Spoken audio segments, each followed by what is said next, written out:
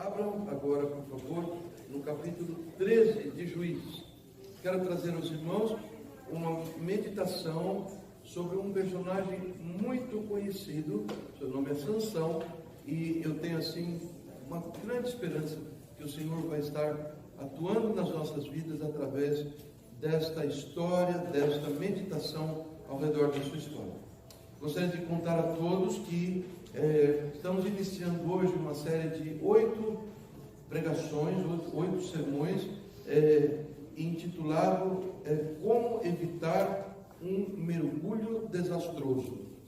Tem por base as pregações do pastor Colin Smith, há mais de 16 anos atrás, algo assim, um verdadeiro tesouro que nós temos descoberto e queríamos compartilhar em humildade. Como o velho pastor Ari Veloso dizia, não existe nada original. Originalidade é a arte de esconder a fonte, né? Vou pegar aqui, não dizer que isso veio lá de onde veio, que original. Não existe nada original. Esse bastão tem sido passado ao longo de 2000 anos de história de igreja. É o Senhor agindo em benefício do seu povo, não são homens, é a presença do Espírito de Deus. Espero que todos entendam assim. Tá bem? Será que todos abriram lá em Juízes, capítulo 13? Vejam só, esta história de mergulho que eu estava dizendo. Imaginem, nós estamos aí sonhando com a possibilidade no mês de abril. Mês de abril é aniversário meu, da minha irmã que mora no Brasil, que está querendo vir para cá, de passar uma semana num desses naviozões bacanas que a gente vê sair do Porto de Miami. Então, imagine-se a bordo de um desses navios, muitos de nós já foram, não é? Comida à vontade, conforto acima de todos os padrões que nós experimentamos no dia a dia, música ambiente maravilhosa, diversões, tudo ótimo, exceto se o nome desse navio fosse Titanic. Você embarcaria nesse nome? O alimento é bom, Chirinha. A música é excelente, pastor Ricardo. Não, o programa é ótimo, tem um mágico lá então, que faz coisas lindas, mas você sabe o que vai acontecer com esse navio, não é verdade? Então, nessa série, irmãos, nós vamos estar aprendendo com algumas pessoas que cometeram graves erros. Nós podemos aprender da Bíblia com pessoas que cometeram, que viveram em acerto, e podemos aprender na Bíblia a não cometer os mesmos erros que algumas pessoas cometeram, e foi como que um mergulho para o desastre. Não é verdade? Escolheram errado. E, na verdade, essa figura do Titanic ela é tão pertinente porque muitos escolhem estar vivendo. Pouco importa o que vai acontecer com esse navio. Importa muito. E a palavra do Senhor, que é lâmpada para os nossos pés, luz para o nosso caminho, tem esta função divina de orientar os nossos passos para que a gente evite a tragédia final. Tá certo, irmãos? Sim? Muito bom. Gálatas capítulo 5, nos pontos frutos do Espírito. Quem lembra qual é o último dos frutos do Espírito? Amor, alegria, paz, paciência, amabilidade, bondade, fidelidade, mansidão, humildade, domínio próprio. Esse eu creio que é o mais o fruto do Espírito que menos nós buscamos. Quando nós falamos sobre o fruto do Espírito, nós estamos falando sobre algo que Deus produz, mas a verdade é que no dia a dia a palavra do Senhor nos tem um ensino muito peculiar sobre domínio próprio. Nós temos os jovens aqui, a vida de Sansão será uma lição não para os jovens, tem sido para a minha vida ao longo dessa semana, e eu espero que seja para a vida de todos nós. Sansão, esse personagem cuja história está ao longo de 3 longos capítulos no Velho Testamento, eu já dei a referência para vocês. Ele nasce num período muito difícil da história.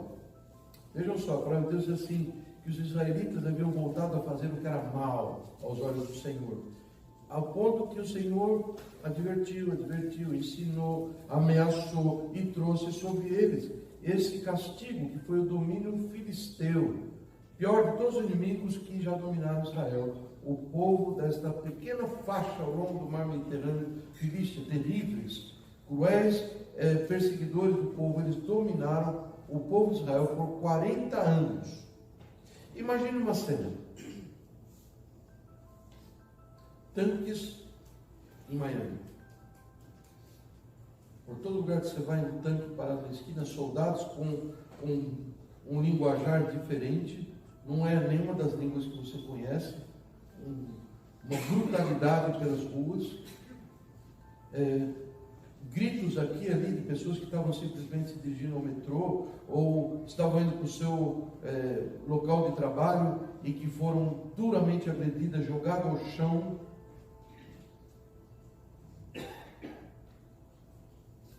Direitos humanos usurpados, violados.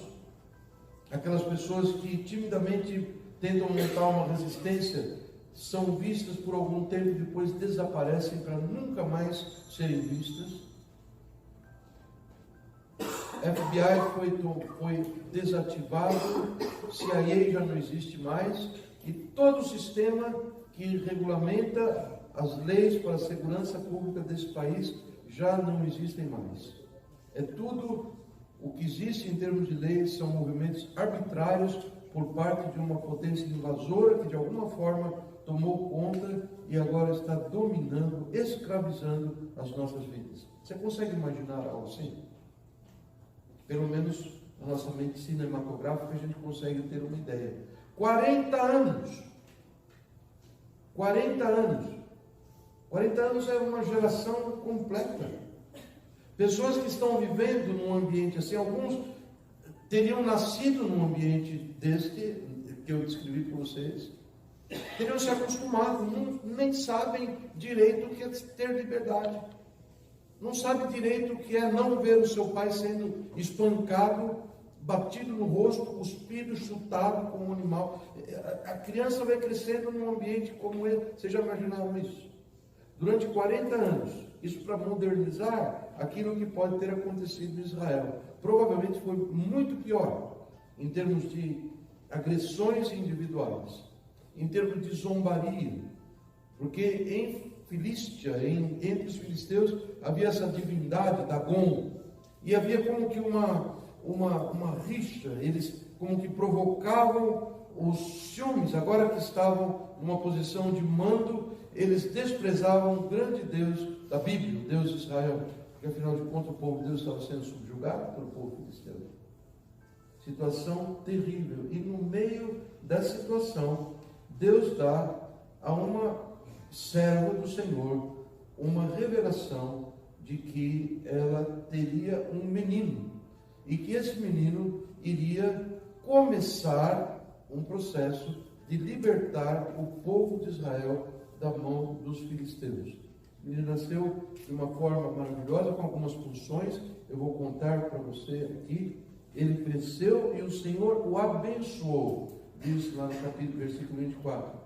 E o Espírito do Senhor começou a agir nele, quando ele se achava em Mamedan, em Zorá, em Estaol. Deus levantou com um propósito específico esse menino que nasceu para, possuindo dons excepcionais dados pelo Espírito de Deus, com a finalidade de libertar o povo de Deus, com a finalidade de restaurar a glória que é devida ao nome do Senhor.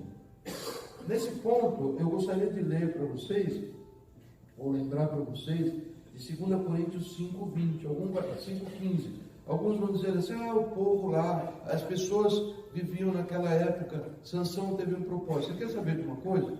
O Senhor nos diz em 2 Coríntios 5:15, pouco tempo nós vamos estar celebrando a ceia do Senhor, que Ele, Jesus, morreu por todos, com essa finalidade, com esse plano, para aqueles que vivem, não vivam mais para si próprios, mas que vivam para a glória daquele que por eles morreu e ressuscitou. Isso é um chamado, não?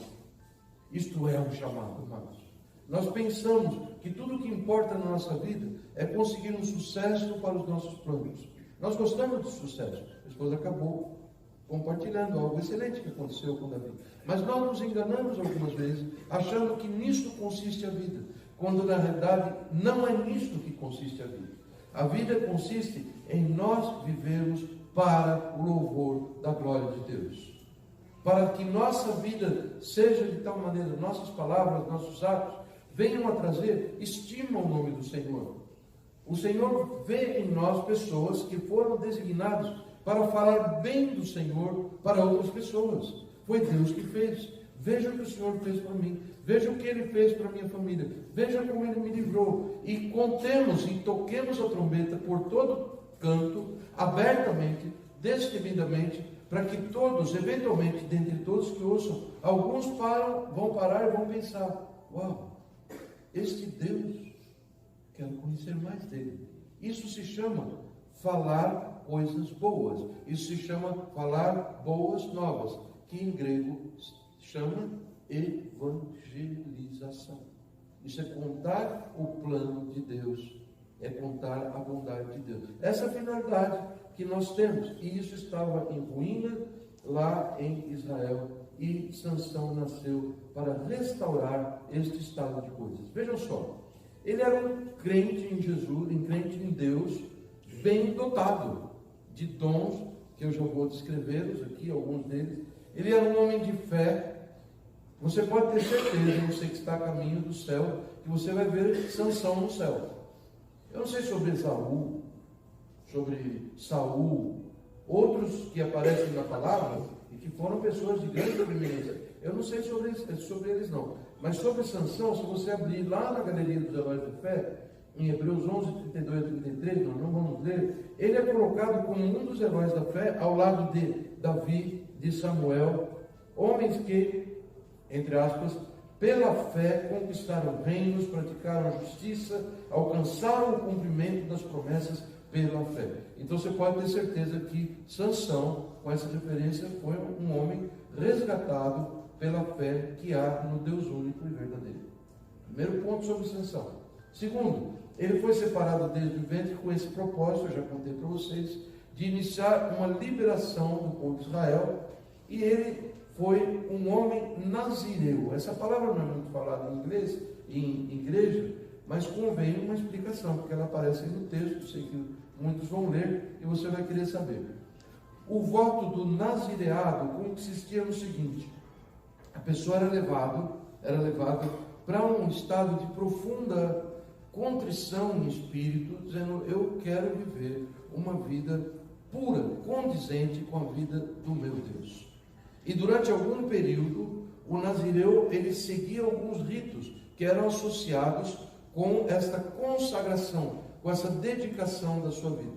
Por algum tempo ele não cortaria o seu cabelo, ele não se aproximaria de corpos mortos, de nenhuma natureza animal ou gente, ele não tomaria vinho ou comeria uvas. Existe toda uma...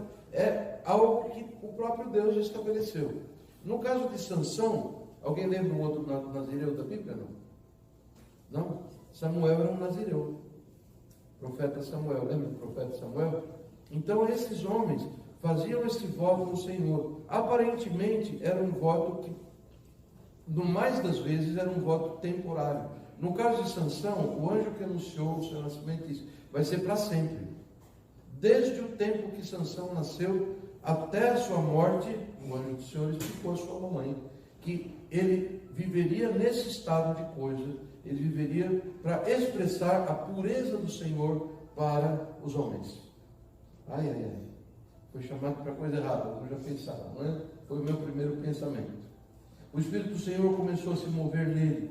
Então saibam que foi Deus que deu a ele o dom que ele tinha. Mais das tradições judaicas do que propriamente do texto, e mais pela lógica da história que eu em poucos minutos vou contar, você pode, provavelmente com grande segurança, fechar os olhos e pensar em Sansão como sendo o Arnold Schwarzenegger do Velho Testamento. Debaixo daquela pele cor de bronze, daquele olhar esculpido, de uma face dura, de um cabelo abundante, como o meu, né? E negros, um homem de uma voz de trovão e que se movia, muitas coisas da vida de Sansão não são relatadas. O Espírito de Deus começou a trabalhar com ele desde o início. E ele era alguém que poderia ser chamado um exército em si mesmo. Nós vamos falar de algumas coisas sobre Sansão que ele fez, que numa situação, 3.000 homens israelitas não fizeram o que Sansão fez. Mas 3.000 homens é um número razoável, é a população de um vilarejo, de uma pequena cidade. E o Espírito de Deus vinha sobre esse homem e ele realizava grandes coisas para o Senhor. Era um herói corajoso, imbatível e ao mesmo tempo um tolo, irresponsável, e apesar de todos os plus, de todos os mais, nós não sabemos se devemos, às vezes, lendo a vida de Sansão, aplaudi-lo ou chorar por ele. Um homem de extremos, enquanto Deus usava para coisas grandiosas, ele rolava para dentro do esgoto com uma facilidade irritante para quem está torcendo por ele. Bem, a palavra do Senhor nos conta em Juízes capítulo 14, espero ter resumido bem o capítulo 13, mas ele nos conta que ele encontra em uma das suas andanças, na cidade de Tímina, uma cidade filisteia, ele encontra uma mulher, mas não simplesmente uma mulher. É uma mulher que, por alguma razão, ele ficou completamente estonteado ao vê-la. Foi daquelas paixões devastadoras. E ele pede a seus pais, fala, eu quero essa mulher como minha esposa. Rapidinho ele, não é? Já viu que já quer casar. O intuito era correto. Na lei do Senhor não existe lugar para outra coisa. Quando um jovem se apaixona por uma jovem, vice-versa, o plano do Senhor é uni-lo. E Sansão estava dentro da linha. Só que a motivação, a razão era errada. Ele não conhecia a moça mais. Ela pertencia ao povo do qual Deus queria libertar o seu povo. Ele se apaixonou por uma mulher do povo inimigo. Mas não tem importância, o amor cobre tudo. Isto nós vamos ver quando nós soubermos um pouco mais sobre a cerimônia de casamento de Sansão e o que aconteceu com ele. Vejam só, ele insistiu com os pais como um menininho birrento, porque os pais arrasaram com ele, Sansão. Essa moça, ela não pertence ao povo de Israel, ela é uma moça do inimigo, I-N-I-M-I-G-O. Isto é, você vai se associar com gente errada. Isso, e deram os conselhos, mas pais, a partir de uma certa época é difícil. O pai conta para o filho, ele já não tem um comando em termos de ordem, e esse moço, para dizer, monstro, tinha feito a sua decisão e ele queria casar com aquela mulher e não havia como não acontecer. No trajeto nós vemos esse incidente de que eles foram atacados por um leão jovem, a outra tradução diz um leão forte, e pela primeira vez na Escritura, Sansão se apodera dele o Espírito do Senhor, e ele toma esse leão e ele rasga o leão no meio. Imagina só, ele rasgou o leão no meio, matou o leão, deixou o leão na beira da estrada, e eles vão para a cidade de Tímina. O casamento é dos mais confusos. Eles voltaram para a cidade depois de algum tempo. Sansão foi ver a carcaça do leão morto e ele descobriu que as abelhas haviam construído ali uma colmeia no corpo morto do leão. E ele criou uma modinha na cabeça dele, uma linha, dizendo assim: do comedor saiu algo para comer. Do comedor, que é o leão, que é comedor, saiu algo para comer, que era o mel. Do forte, o leão, saiu algo doce, que era o mel. Ele levou aquilo, achou legal, ficou compondo essa modinha na cabeça dele. Ao chegar para o casamento, vejam só, ele, o pai e a mãe, 3. É dado a ele 30 companheiros filisteus. É algo mais ou menos assim. A esposa, a mulher, a moça queria se casar com ele. Disse: olha, Sansão, nós somos aqui 300 filisteus. Toda essa minha família aqui, só tem 3 de vocês. Você pode, por favor, para meus priminhos, como como best man, como pessoas que vão estar no altar com você. Sansão não gostou nada da história, porque a tradição era que ele estaria pagando pelas despesas. Vejam os detalhes. E esses 30 homens, 30 companheiros, eles vieram acrescentados às despesas que Sansão ia ter. E Sansão decide fazer uma charada com eles. E ele fala o seu versinho para eles. Do comedor saiu algo para comer, do forte saiu algo doce. Se vocês descobrirem o que isso quer dizer, eu pago o tuxedo de vocês. Eu estou modernizando, não era tuxedo, era roupa de casamento. Hoje em dia é tuxedo, não é? Agora, se vocês não descobrirem durante os 7 dias que antecedem a consumação do casamento, aí vocês pagam. Bom judeu, né? Já fez lá um negocinho dele para tentar não gastar o dinheiro. E ninguém ia descobrir, teoricamente não. Esses 30 homens, que não tinham nenhum afeto por Sansão, ou pela esposa, ou por ninguém, conforme vocês vão ver, foram procurar a prima ou a mulher em secreto e exigiram dela que ela soubesse de Sansão o segredo. Nós não vamos pagar coisa nenhuma, nós viemos na festa para comer, nós viemos para a festa para aproveitar. Você que cuida de dinheiro, seu marido que cuida de dinheiro, e nós queremos saber. E ai de você se você não revela para nós o segredo dele. Nós vamos queimar tua casa, queimar teu pai, queimar belos convidados para a festa, não é? Gente boa, gente fina, todo convidado ali, bandidagem no meio do povo, tá? E aí essa senhorita se aproxima de Sansão e agora ela começa a molestá-lo. Você não me ama. Você diz que me ama, mas não me ama. E chora, e chora. E chega um ponto, a escritura diz assim: Sansão não aguentava mais e revelou para a moça o segredo. Adivinha o que a moça fez? Foi contar para os 30. E lá se foi o dinheiro de Sansão, junto com o seu segredo. Infidelidade, não é? Aí Sansão fica tão nervoso, tão aborrecido, tão feroz, que você quer saber, vocês querem ganhar roupa? E ele sai e ele mata 30 concidadãos daquelas pessoas, 30 filisteus, e tira as roupas e dá as roupas dos defuntos para aquela gente. Não foi nada bom para a sua popularidade, vocês podem ter certeza. O homem ficou nervoso, enfurecido, com raiva da mulher, e era o 7º dia, o dia da consumação. Ele vai embora para a casa da mamãe e deixa a mulher no altar. Vai embora, Sansão, o grandão, o valentão. Algum tempo se passou, e depois de algum tempo, desse tempo passado, ele volta querendo acertar todas as coisas, né? Passou a raiva, deu saudade da moça. Então ele volta com um lindo ramalhete de rosas vermelhas para oferecer para a moça. Na verdade, a Bíblia não fala que é rosa vermelha, fala que é um cabrito. Mas a intenção é a mesma. Na época talvez não existisse tanta apreciação por rosas vermelhas. A apreciação por cabrito existia. Tanto é que o pai diz para ele: olha, Sansão, eu queria te dar uma notícia. Você deixou a moça esperando no altar. Sabe o que aconteceu com ela? Ela casou com o padrinho. Olha que gente fina, que gente leal. Olha o meio onde Sansão está entrando. Se você quiser, você pode casar com a irmã dela.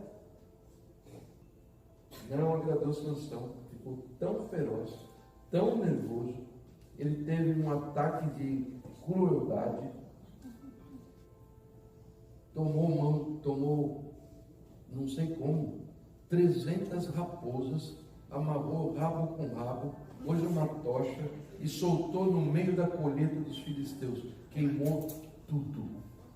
Estou falando tudo, é a provisão, as colheitas prontas, aquilo que estava pronto para ser colhido, as oliveiras, o fruto da terra, aquilo que ia render para a nação, queimou tudo, torrou tudo. E agora Sansão, com poucos atos de imprudência, se converteu no inimigo público número 1 dos filisteus.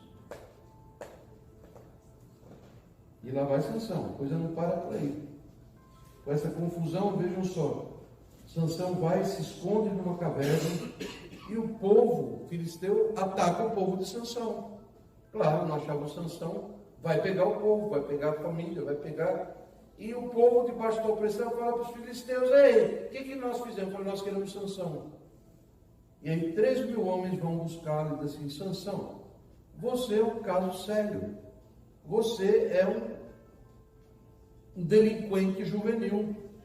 Veja o estrago. Nós já estamos sendo oprimidos por esse povo cruel por 40 anos e vocês... Não, Sansão, misericórdia, nós queremos entregar você lá.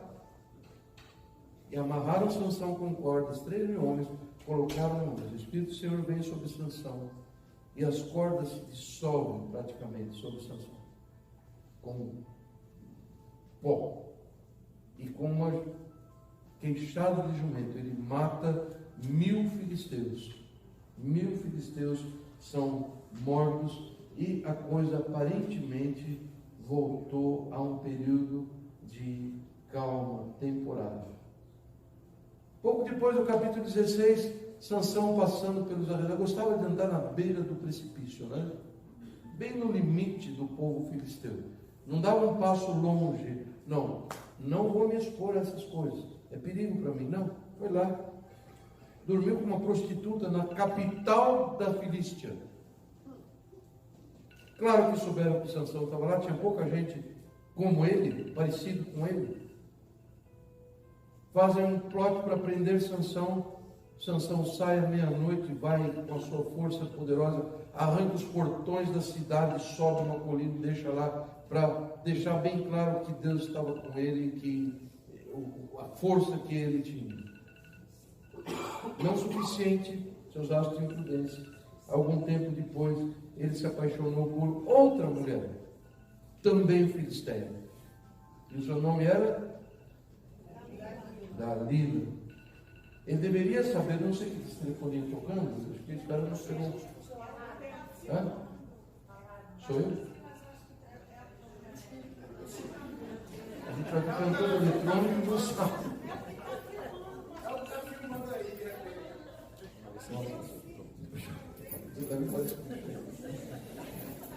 Eu não sei, não sou o senhor dos meus atos em relação a coisas eletrônicas. Vejam só, Sansão deveria saber, queridos, que aquela mulher ia ser um agente do inimigo para agarrá-lo, sim ou não? Ele tem prova disso, mas ele não se dá conta não. Ele tem uma paixão tão grande quando ele quer alguma coisa que nada mais conta. A sua motivação é satisfazer as suas paixões. Isso está em mim, está bom, deu vontade, eu quero fazer.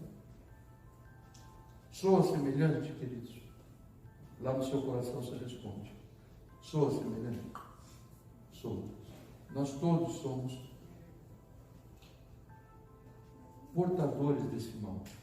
De falta de domínio próprio. Falta de domínio próprio. E domínio próprio, bem diz a palavra, é um fruto do Espírito Santo de Deus. Mas nós vemos na palavra do Senhor. E você sabe a sua distinção, eventualmente conta o seu segredo, o segredo da sua força, a Dalila. O cabelo longo era um sinal da sua aliança com Deus. Mas uma vez que você despreza o sinal que Deus te deu, você despreza o Deus da aliança, está tudo perdido. E a força de Sansão foi procurada. Não existe nenhuma lei biológica que explique tamanho de cabelo e força, não há isso. Aquilo era, o cabelo dele era a honra que ele dava ao Senhor, que deu a ele do seu Espírito Santo. E no momento que ele desprezou tantas coisas, desprezou até mesmo o respeito por aquilo que Deus lhe deu, não existia mais nada. Deus ainda tem um propósito para Sansão. Mas eu lembro quando as crianças eram pequenas, eu dizia para ele: filhos, às vezes na vida, Deus tem preparado para nós a medalha de ouro. Mas nós tratamos da questão de uma forma tão displicente que perdemos a medalha de ouro. Ele tem a medalha de prata. Se a nossa atitude segue sendo ruim e displicente, a de prata vai também, fica de bronze, eventualmente vai ficar a fitinha vermelha, ou azul, depois a vermelha, ou a fitinha branca, ou não tem nada mais. Mas Deus não desiste de nós. Sansão foi tomado como um animal, pior do que um escravo. de furar os olhos, isso que uma das traduções vai dizer, a outra tradução diz de arrancar os olhos. E Sansão foi espancado, Sansão foi jogado em Gaza, capital da zombaria contra Deus, do seu Deus que o chamou. Ele foi lançado na prisão e lá ele foi posto para moer farinha com os escravos. Por quanto tempo ele fez isso nós não sabemos, mas a graça do Senhor, ela vem sobre aquele que mergulhou para o desastre. Deus tem um propósito para nós. O mergulho no desastre não é o fim de todas as coisas para nós. Por que ele caiu tanto? Porque ele nunca buscou o autocontrole. Queridos, guardem isso antes que a gente parta para o final dessa mensagem. A maior tragédia sobre a qual você deve pensar é a tragédia que vem da tua falta de controle, da tua falta de domínio próprio, da minha, tua forma de dizer. Amados, hoje à noite que nós avaliarmos esta questão, eu quero dar 2 palavras para encorajá-lo. Alguns estão olhando para dentro de si, eu imagino, como eu olho para dentro de mim, assim, mas quando pinta aquela situação, quando aquele tipo de pecado vem à minha mente, quando eu não consigo me segurar. Mentira de Satanás. Porque a palavra do Senhor nos conta, em 1 Coríntios capítulo 11, ele nos diz assim, que não vos sobrevém tentação que não seja comum aos seres humanos, mas fiel é Deus, que nos dá um escape para que possamos suportar. Guarde essas 2 palavras de encorajamento. Primeiro, Cristo pode segurar você. Cristo pode me segurar. Jovens, Jesus pode segurar você. Não se deixe enganar. O inimigo quer que você pense que não existe nenhum controle que pode afastá-lo do mal que o inimigo está oferecendo. Mas há controle. Vejam só Judas capítulo 1, versículo 24, ele diz que ele, o Senhor, é poderoso para impedi-los de cair. Isso se opera na base daqueles salmos que nós temos mencionado aos irmãos, onde o Senhor nos promete que todo aquele que invocar o nome do Senhor será salvo, será resgatado. Na verdade, a pessoa cai porque ela não quer sair da rota, ela quer experimentar o mal, ela está cega pelo pecado e é hora de gritar. Eu conheço um irmão querido que já não está conosco há muitos anos, e ele dizia assim: eu tive que orar ao Senhor, pedindo: Senhor, dá-me o querer fazer a tua vontade. Entender os 2 verbos querer? Eu não estou querendo, eu estou fascinado por outras coisas, mas dá-me o querer. E ele testemunhou para mim: Nery, Deus me deu o querer, e eu estou firme junto ao Senhor. É como a velha ilustração do conto mitológico da Ilíada, onde esse homem Ulisses tinha que atravessar uma faixa de mar, onde existiam as sereias que cantavam, e todo mundo pulava na água e morria afogado.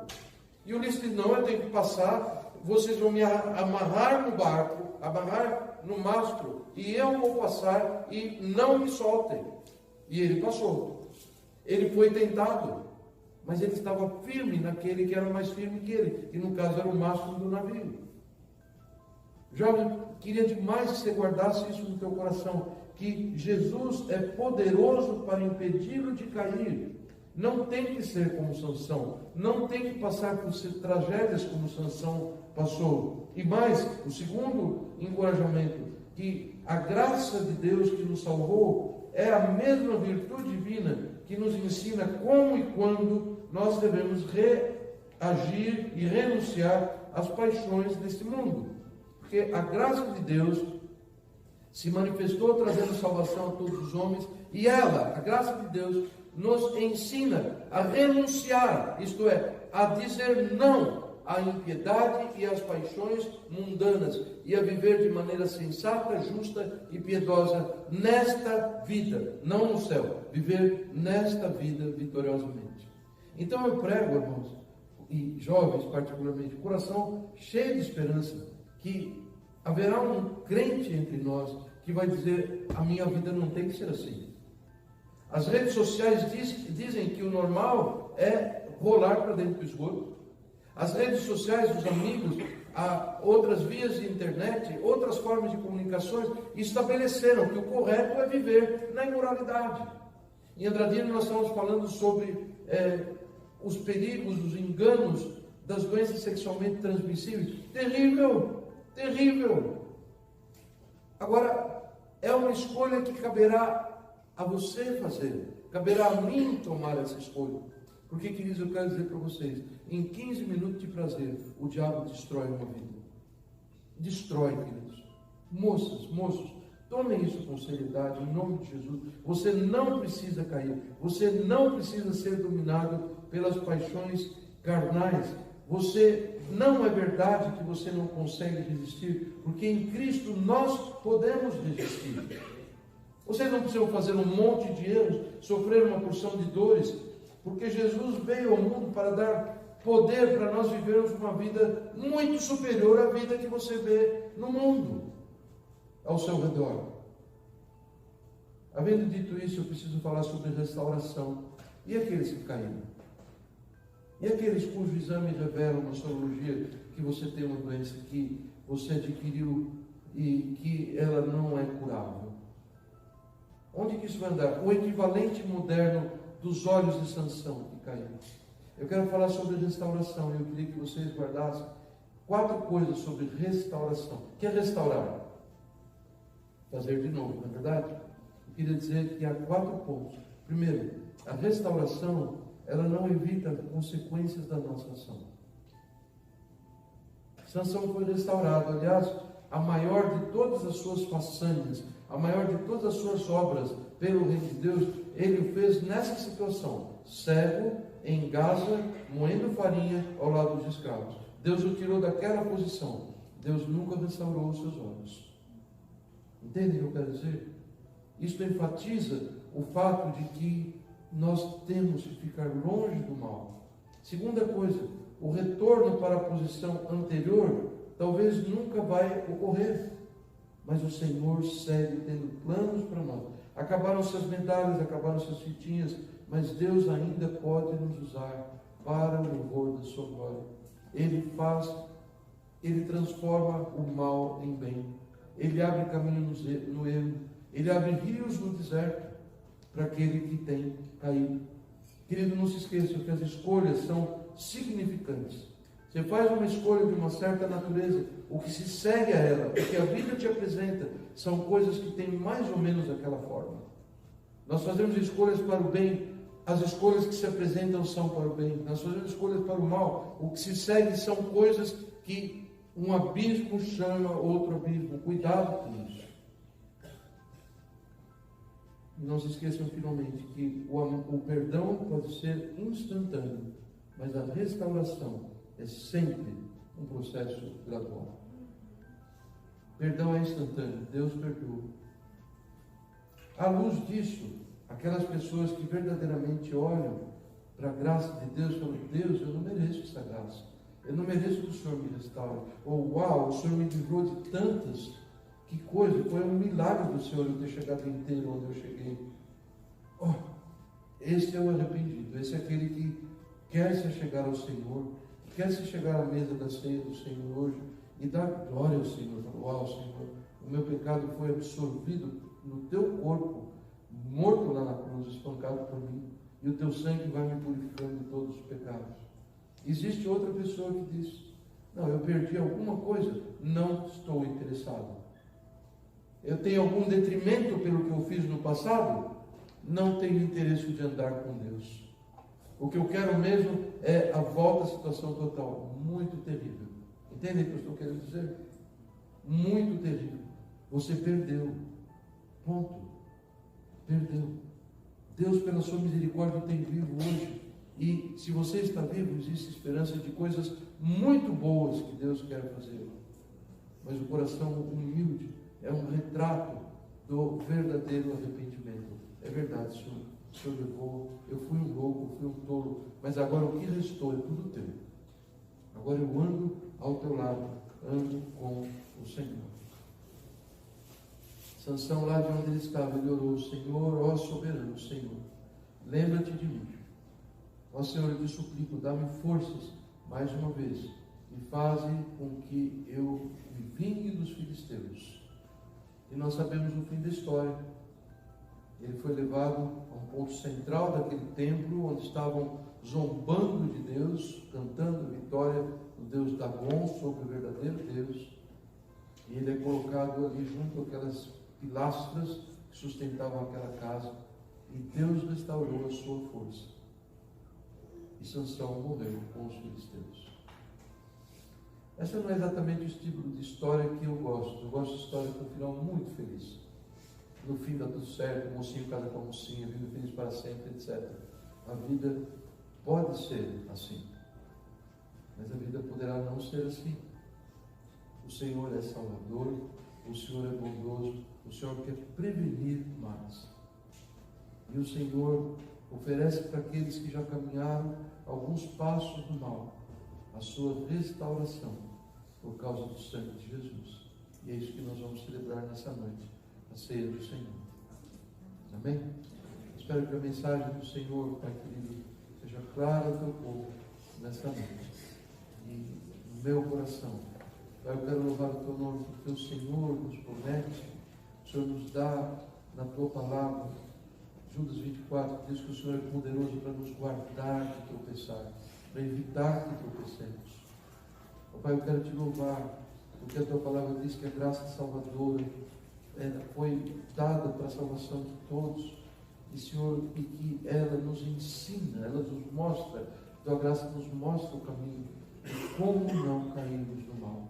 Abençoa, Senhor Jesus, essa igreja, abençoa, Senhor Jesus, esses jovens particularmente, e que possamos tomar da ceia do Senhor agora como uma verdadeira renovação de voto ao Senhor, dizendo: Senhor, eis-me aqui, o que eu tenho adiante para viver, eu quero viver para o Senhor. O que peço no nome de Jesus.